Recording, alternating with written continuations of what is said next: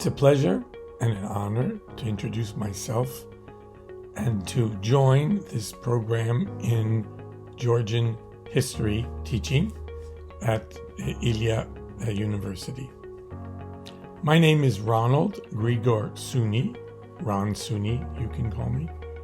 And I've been interested in teaching and learning about and reading about the history of Georgia for almost 50 years. Yeah, I'm much older than you think. And my interest in Georgia came about because my father had lived in Tbilisi before the revolution and left and came to America as a little boy just after the Bolsheviks came to Georgia in February 1921. So I've been hearing about Georgia and Georgian history and became very interested in writing a modern Georgian history, which ended up being a book called The Making of the Georgian Nation. That book came out first in 1988, and it was not received well in Georgia because it was written, first of all, by a foreigner.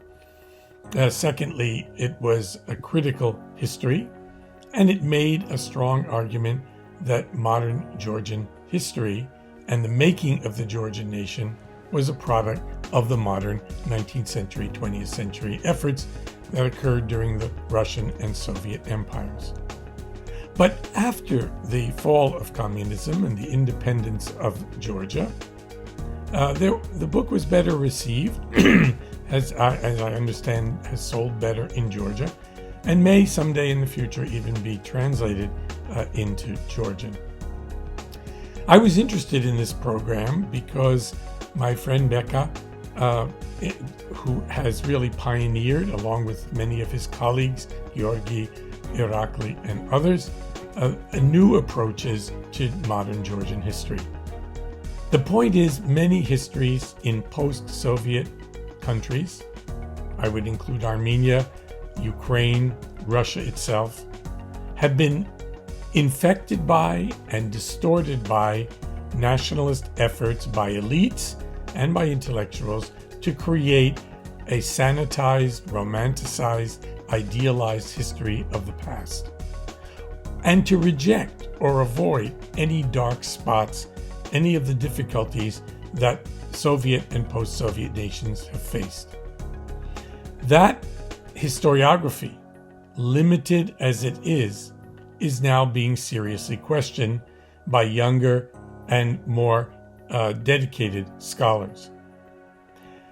It's true that Georgia has very distinguished historiographical traditions, all the way back to Katlis Tchoverba.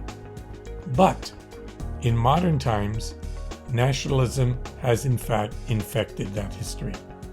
Now it's time to look hard at Georgian history and to try to raise it to the levels of the best of world history. This should not be an imposition simply of European or American standards on Georgia, but a collaboration between those historians who are most interested in finding out seriously the complexities, the beauties, the difficulties of the Georgian past. I hope you will join us, graduate students, in this effort to create a better, a more scientific, a more objective history of the Georgian nation. Thank you.